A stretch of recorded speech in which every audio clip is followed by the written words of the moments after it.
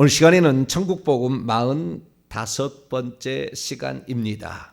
천국에 있는 네 생물과 24장로의 정체와 그들이 하는 일은 이란 제목으로 함께 말씀의 은혜를 나누기를 원합니다. 요한계시록은 모든 성경의 결론입니다. 그리고 성경의 결론이 아니라 모든 인류의 결론이고 우주의 결론이에요. 더 이상의 다른 것이 없습니다. 여기가 완전체고 여기가 끝입니다. 그래서 우리는 결론을 잘 알고 과정도 풀어가야지, 결론을 모르고 과정을 풀면 엉뚱하게 푸는 거예요. 그래서 결론을 잘 알아야 되는데 결론이 쉽지 않죠. 왜냐하면 이것은 편지이지만, 이게 편지거든요. 7교회 보낸 편지이지만 이것은 구약의 묵시의, 그러니까 그 예언적인 환상들이 기록된, 그리고 종말론적인 그 결론을 가져오는, 악과 선의 대립이 끝나게 되는 그런 예언의 종점이에요. 그렇기 때문에 예언서라고도 할 수 있거든요. 묵시서라도 환상과 종말론적인 결론으로 끝나는 묵시서의 결론, 예언들의 결론, 성경의 결론, 창세기 시작됐던 모든 씨앗들이 열매 맺는 결론, 모든 게 결론이에요. 결론인데 이 결론이 이것이 환상과 묵시 이런 것들로 기록이 되어 있고, 구약에 이런 환상과 묵시가 기록된 책들에 어쩌면은 다 이용하고 있어요. 다. 그러니까 여기에서 나오는 표현들이 다 그냥 처음 나온 게 아니고, 구약 성경에 이미 하나님께서 여러 선지자들에게 보냈던 것들을 갖다가 이것이다라고 그 마지막을 얘기해 주고 있는 거예요. 그러니까 이 요한계시록을 우리가 제대로 이해하기 위해서는 구약의 묵시서라 할 수 있는 것들을 다 꿰뚫고 있어야 이것이 보이게 돼 있다고 말이에요. 그러니까 요한계시록만 딥다 읽는다 해서 이걸 다 알 수 있는 건 아니에요. 그리고 또한 구약의 모든 성경을 다 알고 있느냐 해서 여기에 있는 걸 알고 있느냐, 또 그런 건 아니에요. 또 물론 하나님의 역사심이지고 또 개인의 어떤 믿음의 분량이고 하나님께서 그를 깨우쳐 주는 그런 정도의 차이는 있겠지만, 우리는 이제는 마지막 시대에 살다 보니까요, 얼마나 많은 요한계시록에 관한 좋은 책들과 그리고 신학서적들과 또 실제를 경험한 이들의 많은 것들을 가지고 있기 때문에 이제는 조금만 눈을 열어서 그 겸손히 또 진리를 찾고자 하는 그런 열망이면은 배울 수 있는 것도 또 요한계시록이라는 생각이 듭니다. 그래서 요한계시록을 보게 되는데요. 근데 2000년 전에 사도 요한이 천국에 올라가서 하나님 보좌를 본 것이나 지금이나 거의 별반 차이는 없다. 거의 별반 차이는 없다. 다만 여기서 보이지 않는 요한계시록 4장에서 천상의 모습, 하나님 보좌 있는 그 주변의 모습에 여기에는 표현이 안 됐지만 그 앞쪽에 천사들 한 3분의 1, 인간 3분의 1, 3분의 2 정도로 이렇게 부채꼴 모양으로 쫙 많이 있습니다. 근데 그 중에 그 앞에가 14만 4천 명이 있다는 거. 그리고 그 다음에 허다한 무리들이 있어서 성가대도 이 인류의 성가대, 인간이었던 사람들과 천사들의 성가대가 함께 노래를 하는 그런 장면, 여기는 안 나오는데 실제 가면 그래요.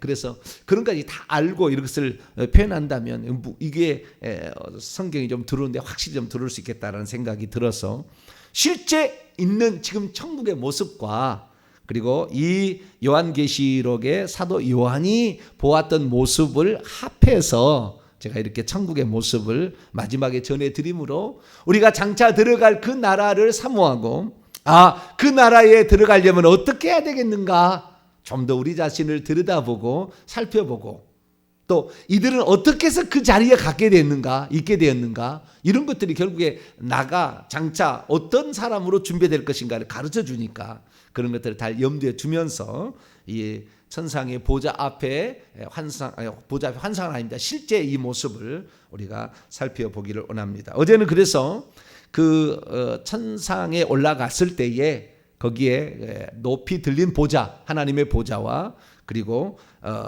그 보좌 앞에 일곱 영들까지 얘기를 했습니다. 그런데 사실은 이렇게 구조되어 있는 거죠. 구조가 하나님 보좌가 있어요. 높이 들린 보좌 위에 주님이 계시고요. 그 다음에 이제 거기에 이제 그 색깔이 있었죠. 그 하나님의 모양이 벽옥 같고 홍보석 같더라. 근데 이것도 제대로 이해하려면 이 보석들이 그냥 나온 게 아니에요. 다 구약에 나와 있어요. 네. 그 다음에 좀 이따 얘기하겠고요. 이 보석의 색깔도 그냥이 아니에요. 그냥 가져온 게 아니라 그냥 보석이라는 게 그냥 가져온 게 아니에요. 그리고 그 다음에 무지개가 있고 그 무지개의 모양은 녹보석이라고 했죠. 원래 5색 무지개야 되는데 또는 7색 무지개야 되는데 그 무지개가 있기는 있으나 그 무지개가 초록색이었다. 녹보석이었다. 이렇게 얘기를 하지 않습니까? 그리고 바로 그 가까이에 뭐냐면 거대한 이게 광장 같은 곳이라고 보셔야 됩니다. 그냥 여기 뭐 요렇게 되는 공간 아니에요. 예. 그 옆에 이제 그 다음에는 네 생물이 공중에 떠 있어요. 공중에 네 생물이. 6 날개를 지었는데 이 공중에 떠 있는 것 좀 이따 설명하겠습니다. 네 생물이 있고 네 생물 바깥쪽으로 24장로가 보좌 오른쪽 왼쪽에서 시작돼 가지고 부채꼴 모양의 요 사이는 없어요. 여기까지 12명이 24보좌가 있는 거죠. 그리고 그 다음에 사람들이 있는 거예요. 저 앞에 천사들과 사람들이 함께 모여 예배합니다. 이게 천국에서 예배는 천사와 인간이 함께 예배해요. 예수 재림할 때도 군대를 데리고 오는데 인간이었던 사람과 천사 같이 오잖아요. 그러듯이 똑같은 겁니다.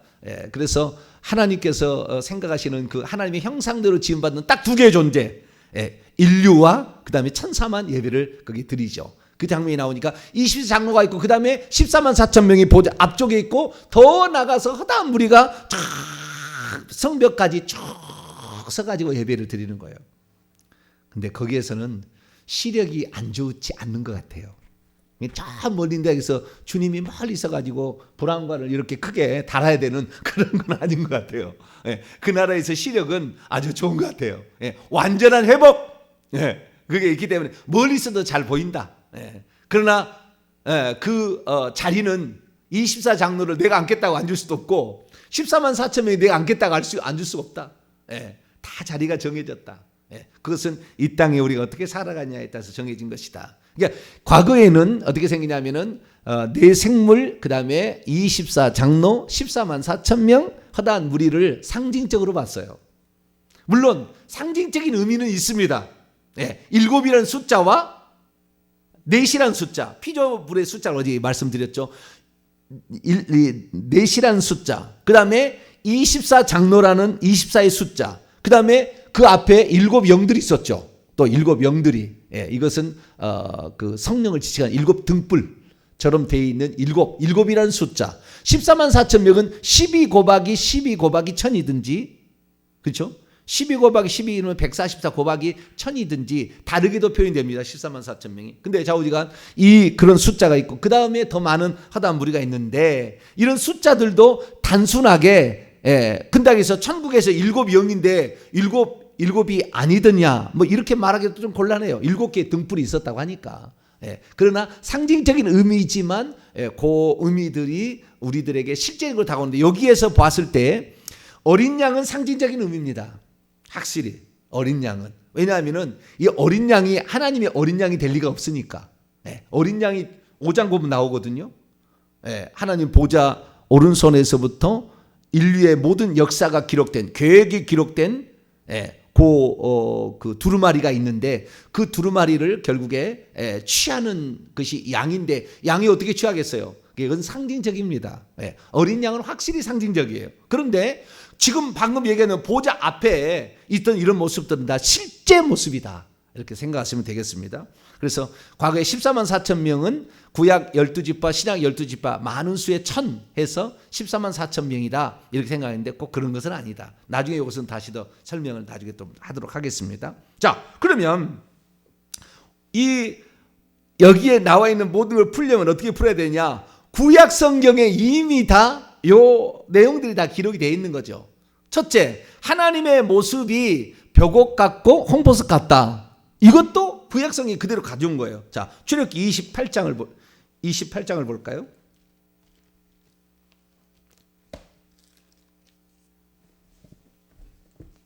출애굽기 28장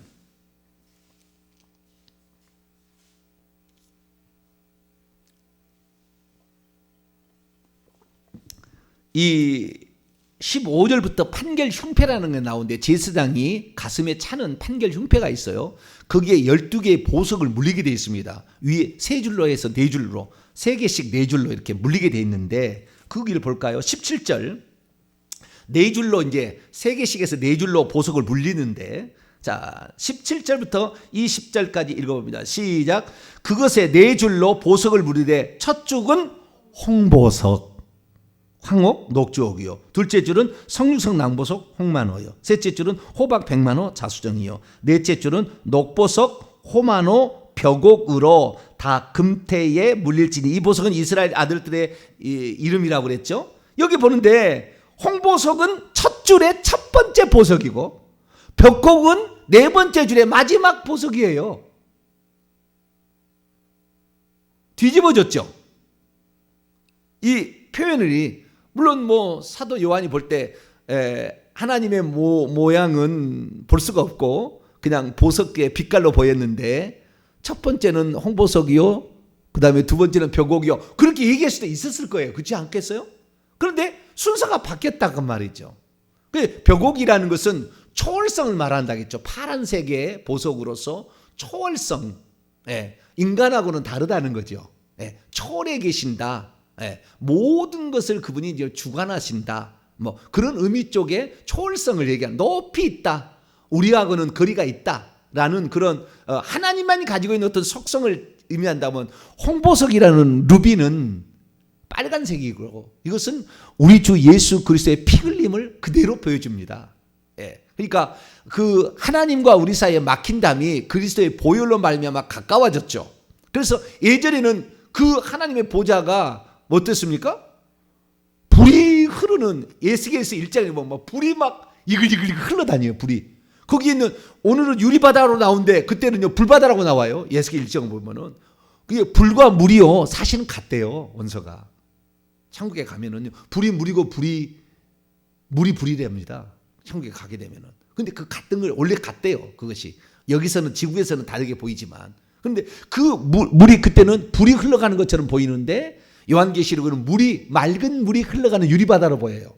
그러니까 많은 변화가 있었던 거죠. 왜요?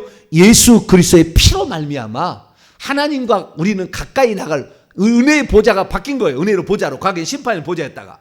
그러니까 이 보석도 처음에는 우리하고 멀리 떨어지는 분이었는데 이제는 우리하고 더 가까운 분이다. 이렇게 얘기할 수도 있고, 그래서 이 두 가지 보석이 앞뒤, 초월적인 하나님과 우리를 위해서 육신을 입고 십자가에 죽으신 하나님이 같이 이렇게 돼 있는 거죠. 같이. 그래서 여기 보니까 홍보석이 뭔지라니까 장차 하나님께서는 인류를 위해서 나는 죽으러 오겠다는 것을 암시를 했어요.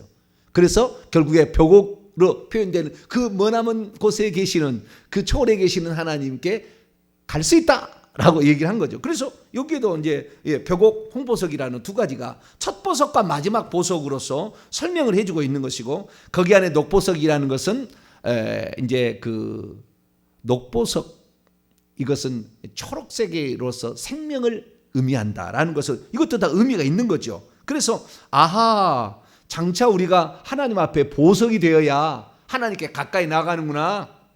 우리가 보석이 되어야 다, 이게 흔한 돌이 아닌 지구에서도 보석이 되어야, 하나님이 보석이니까, 보석 같은 색깔이니까 우리도 이 땅에서 금, 은, 보석이 되어야 좀 더 주님 앞에 가까이 가고 주님을 닮는 사람이 되겠구나. 이런 보석들이 엄청난 압력을 견디어서 결국에는 색깔을 낸다잖아요. 이 많은 고난과 역경을 통과해야 된다는 것을 암시를 해주고 있다라는 걸 볼 수가 있고요. 그 다음에 하나님의 그 보좌 앞에 일곱 영 천사들도 그냥 나오는 게 아니에요. 그냥 하나님의 보좌 앞에 일곱 영, 일곱 등대가 일곱 등불이 있더라. 이것은 어린 양의 일곱 눈이더라. 어제 그냥 말씀을 드렸는데 그냥 이건 스가랴서의 말씀을 그냥 가져온 거예요. 나중에 계시나 환상도 다 스가랴서 이렇게 가져오는 거거든요. 예. 스가랴서 4장 보세요.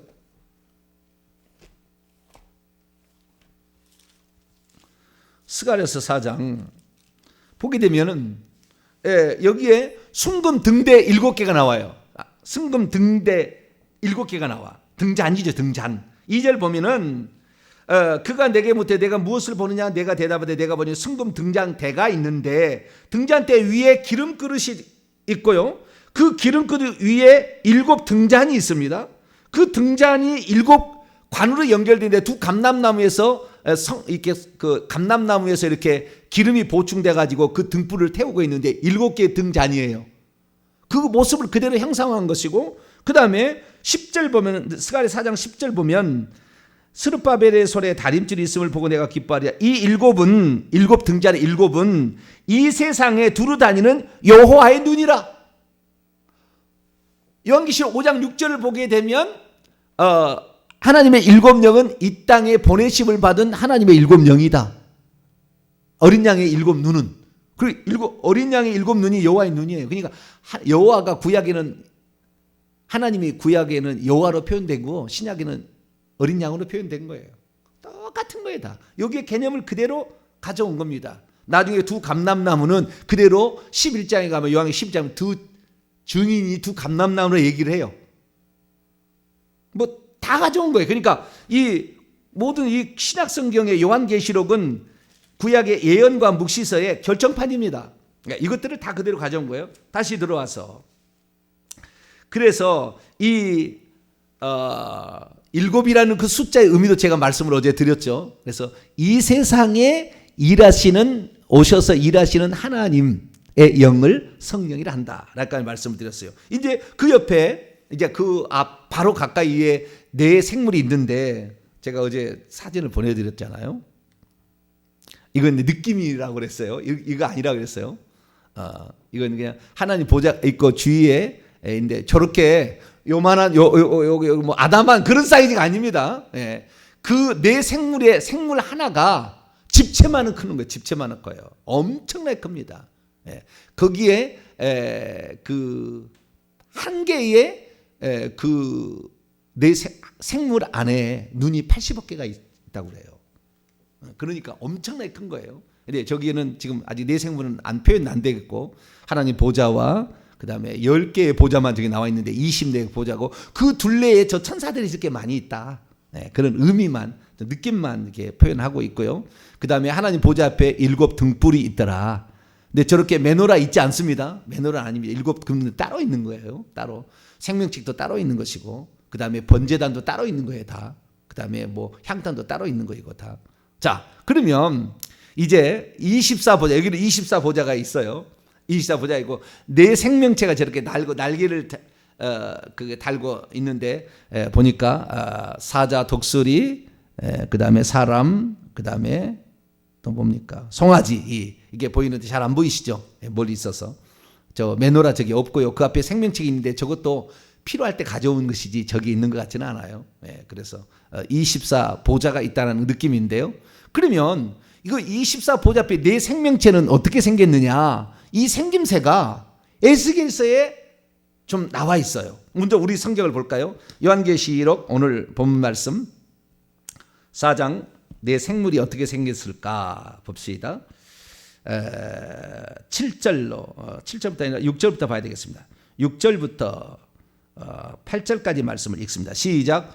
보좌 앞에 수정과 같이 유리 바다가 있고, 보좌 한가운데와 보좌 주위에 네 생물이 있는데 앞뒤에 눈들이 가득하더라. 그 첫째 생물은 사자 같고, 둘째 생물은 송아지 같고, 셋째 생물은 얼굴이 사람 같고, 그 넷째 생물은 날아가는 독수리 같은데, 네 생물은 각각 6 날개를 가졌고 그 안과 주위에는 눈들이 가득하더라. 그들이 밤낮 쉬지 않고 이르기를 거룩하다 거룩하다 거룩하다, 이 어디서 듣는 말 같죠? 좀 더 보겠습니다. 주 하나님 곧 전능하신 이여 전에도 계셨고 이제도 계시고 장차 오실이라 하고, 이 천사들은, 이 천사가 아니죠. 네 생물은 하늘의 영적 생명체인데, 이 생명체의 모양을 보면은요, 에스겔서 1장이 떠오르게 돼요. 에스겔 1장과 10장이. 여기에 보면은 이와 비슷한 표현이 나오거든요. 자, 에스겔서 1장으로 한번 넘어가 볼까요? 그러니까 제가 그래서 이 요한계시록을 풀기 위해서 스가랴 강해, 에스겔 강해, 이사야 강해 다 제가 해놨어요. 나중에 다 보세요. 다 있습니다. 자, 에스겔서 1장에 보게 되면 5절 보니까 네 생물의 형상이, 네 생물이라고 나와요. 그죠? 네 생물의 형상이 나타났는데 그들의 모양은 사람의 형상 같이 보였어요. 근데 사람 앞쪽만 사람이지, 6절에 보니까 각각 네 얼굴과 네 날개가 있습니다. 이게 지금 하나님 보좌 입은 네 생물하고는 약간 틀려요. 여기는 이게 이렇게 돼 있다는 거예요. 네 생물인데 네 얼굴과 네 날개가 있어요. 근데 10절 보세요. 자, 에스겔 1장 10절 시작. 그 얼굴들의 모양은 넷의 앞은 사람의 얼굴이요, 넷의 오른쪽은 사제의 얼굴이요, 넷의 왼쪽은 소의 얼굴이고 넷의 뒤는 독수리의 얼굴이더라. 그러니까 여기에 보시면은요, 이 에스겔 1장을 그대로 설명해 주고 있는데, 이 네 개의 생명체의 얼굴이 하나 얼굴만 가지고 있는 게 아니고 사방의 얼굴이 다 다른 거예요. 동서남북이. 그래서 사자, 그 다음에 사자, 소, 사람, 독수리라는 이 네 개의 얼굴을 가지고 있는 겁니다. 그리고 이때의 날개는 두 쌍입니다. 네 개죠. 두 쌍의 날개를 가지고 있고, 그리고 발이 다 있습니다. 발 밑에는 이렇게 바퀴가 있어요. 바퀴가. 에스겔 1장 15절 말씀 보세요. 내가 그 생물들을 보니 그 생물들 곁에 있는 땅 위에는 바퀴가 있는데 그 네 얼굴을 따라 하나씩 있고, 그러니까 그 생명체 밑에 바퀴가 있는데 그 바퀴에는 눈들이 가득하다고 18절에 나와요. 눈들이 가득 있어요. 이게 여기에 그 생명체의 눈이 있는 게 아니고 바퀴에, 이 바퀴가 영입니다. 그래서 이게 계속 돌아가면서 팍팍팍 왔다 갔다 이렇게 하는, 순간 이동을 하는 어떤 그런 영체인데요. 그 위에 궁창이 있다고. 22절 보니까 이 생물의 머리 위에는 수정같이 맑은 궁창의 형상이 있더라. 이게 하늘색의 어떤 궁창이 있더라는 거예요. 그 위에 하나님의 보좌가 있고, 26절에 보니까 그 보좌 위에 어떤 한 사람의 모양 같은 형상이 앉아 있더라. 이게 에스겔서의 표현입니다. 그래서 에스겔서의 표현이 이건데요, 이것을 에스겔서 10장에 딱 넘어가면요, 이것이 그룹이라고 딱 나와요. 이름이. 이게 그룹이었다. 이것이 케루핌이라고 딱 나옵니다. 자, 10장을 볼까요?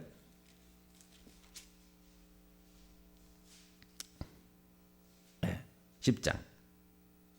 이 모양이 정확히 그룹이었다라고 딱 나옵니다. 14절 보겠습니다. 에스겔 10장 14절 시작. 그룹들에게는 각기 네 면이 있는데 그 첫째 면은 그룹의 얼굴이요, 송아지하고 비슷한 거예요. 그룹은. 그 다음에 둘째 면은 사람의 얼굴이요, 셋째는 사제의 얼굴이요, 넷째는 독수리 얼굴이더라. 이게 바로 케루핌이라는 그룹의 모양입니다.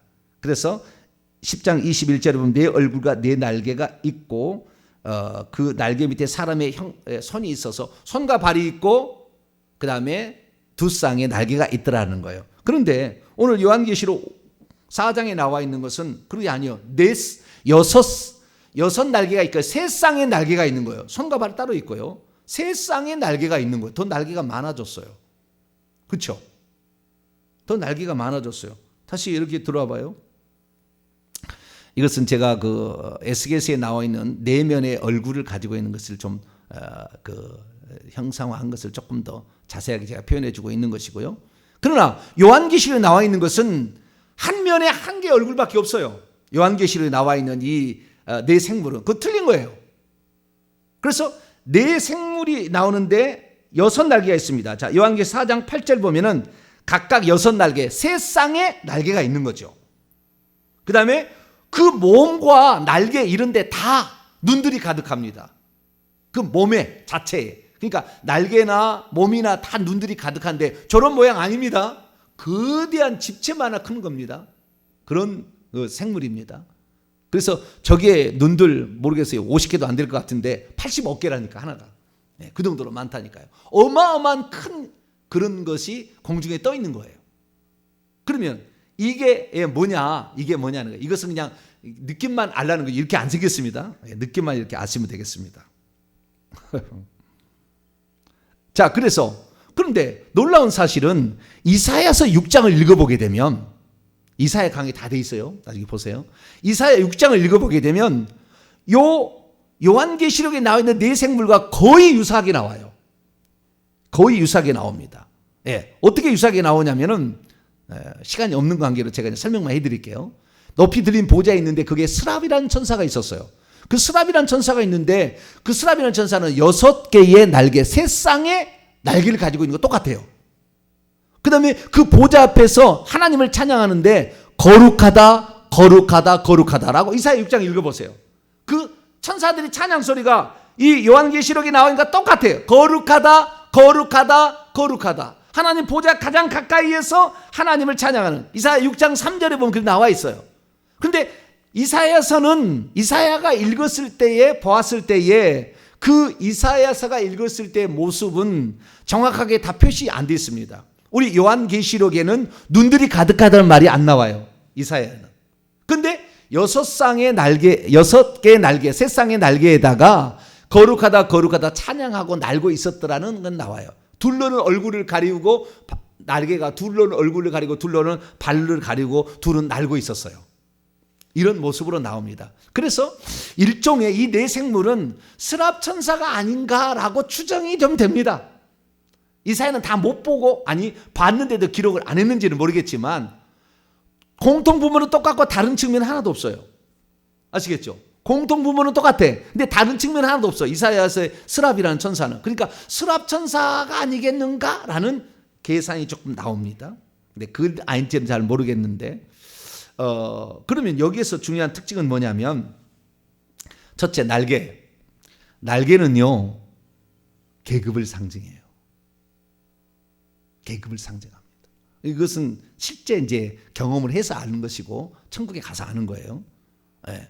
날개는 그냥 계급을 상징합니다. 그러니까 구약의 그 하나님 밑에서 하나님을 바치고 있었던 그룹이라는 것은 두 쌍의 날개밖에 없었는데 이 스랍은 네 쌍이니까 다른 존재다.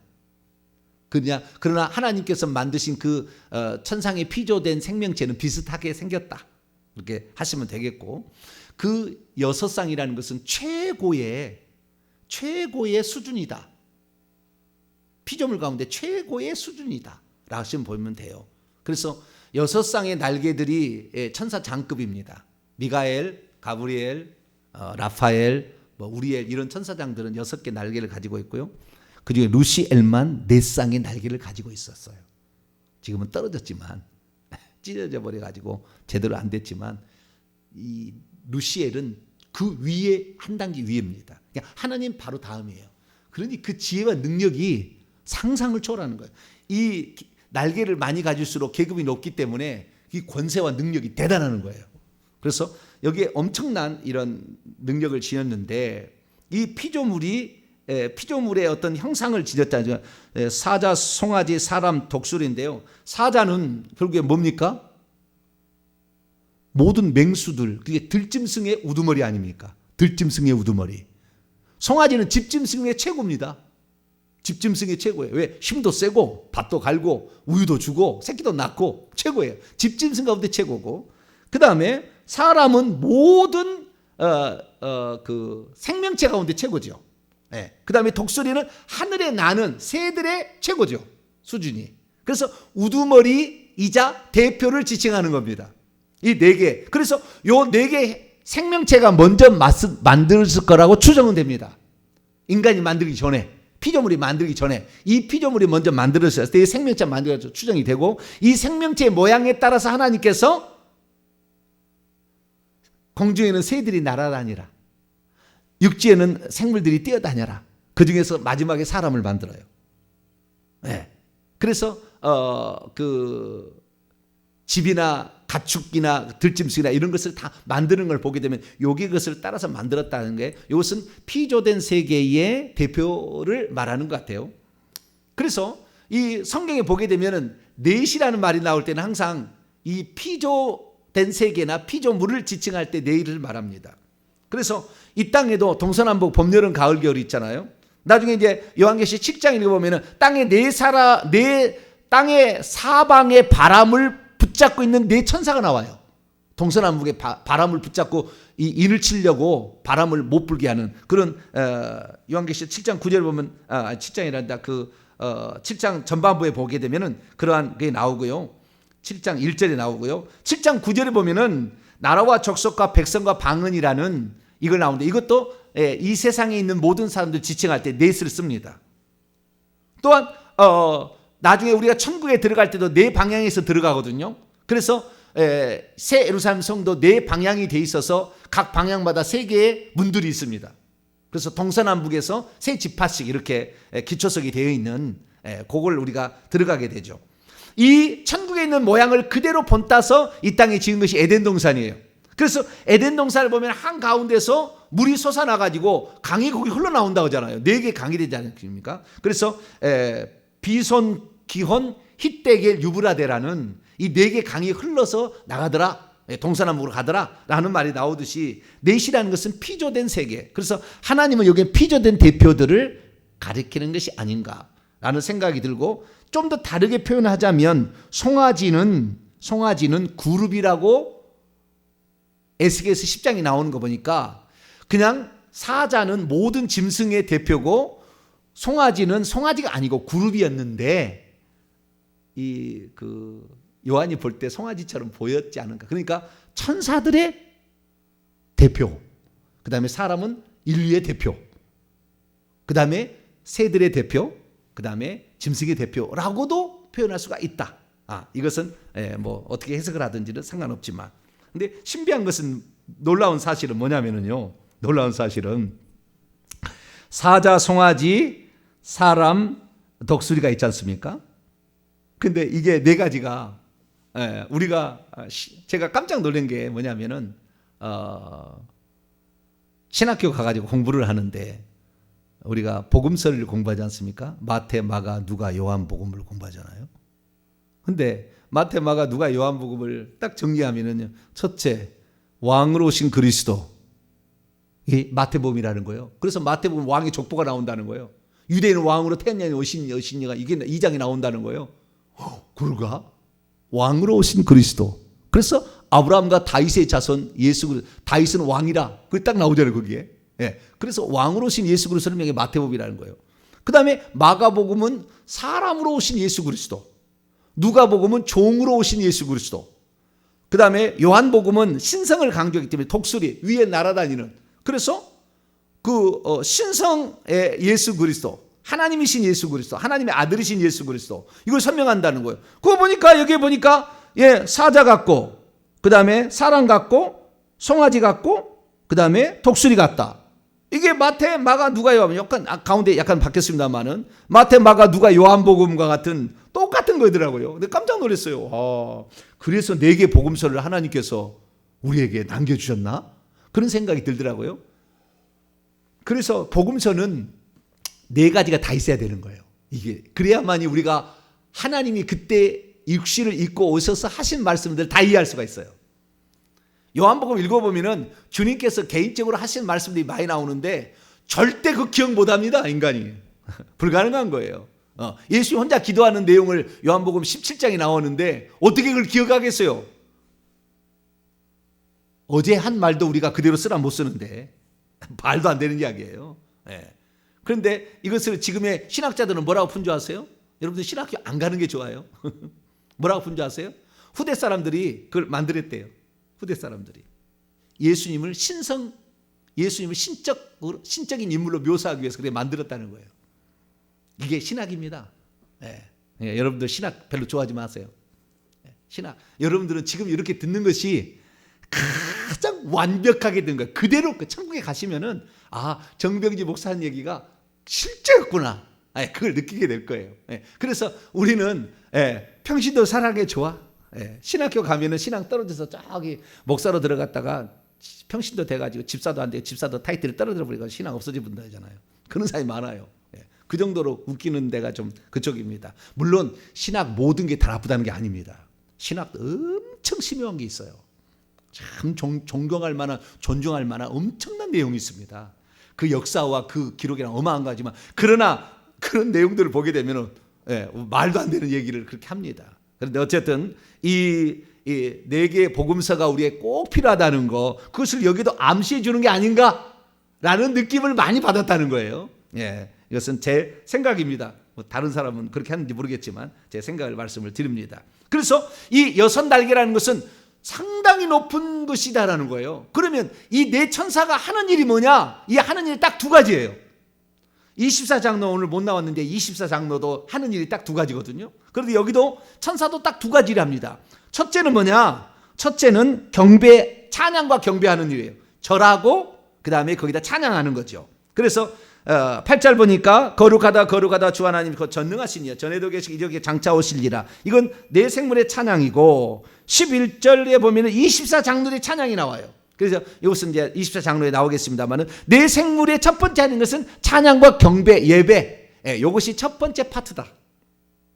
그러면 찬양과 경배와 예배라는 이 측면은 뭘 말하냐면요, 피조물이어서 하는 거예요.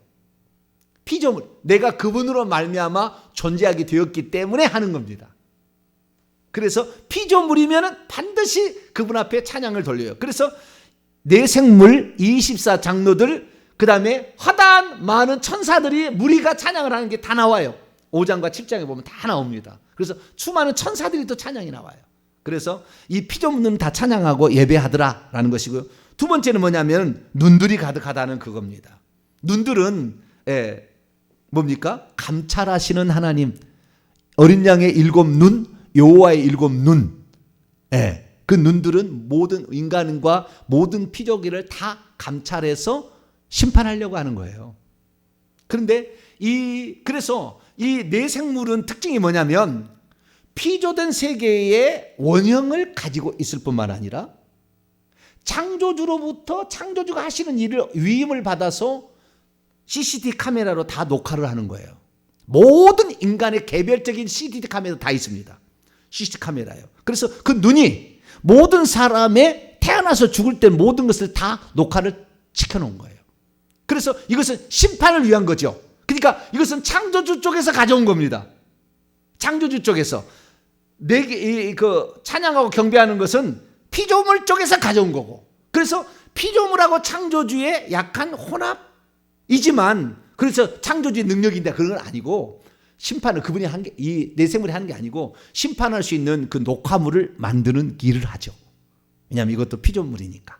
그래서 오늘 우리가 천국에 들어가면 우리의 일거수일투족이 다 이 네 생물이 한 개마다 한 80억 개의 눈을 가지고 있는데, 이 지금까지 그래서 인류의 모든 걸 다 기록하고도 남아요. 못 기록했어요. 지금도 아직도 CCTV 카메라 안 돌아간 게 또 있어요. 그 엄청난 이 카메라가 다 녹화를 해놔서 우리가 죽을 때 그 녹화를 틀어줍니다. 그러나 우리가 이 땅에 있을 때 해가 지기 전에 죄를 지었으나 혈기를 냈으나 해가 지기 전에 혈기를 낸 것을 사과해버리면 기록조차 안 되고요. 기록조차 안 되고, 만약에 기록이 됐는데 회개를 하게 된다고 한다면은 하나님께서 그것을 지워버리세요. 망각의 강에다가 던져버려가지고, 우리가 천국에 가서 심판을 받을 때, 보통 낙원에 가서 심판을 받습니다만 정확히 말하면은 그 심판을 받게 될 때에 그 영상이 안 나옵니다. 쭉 나오다가 거기는 안 나와.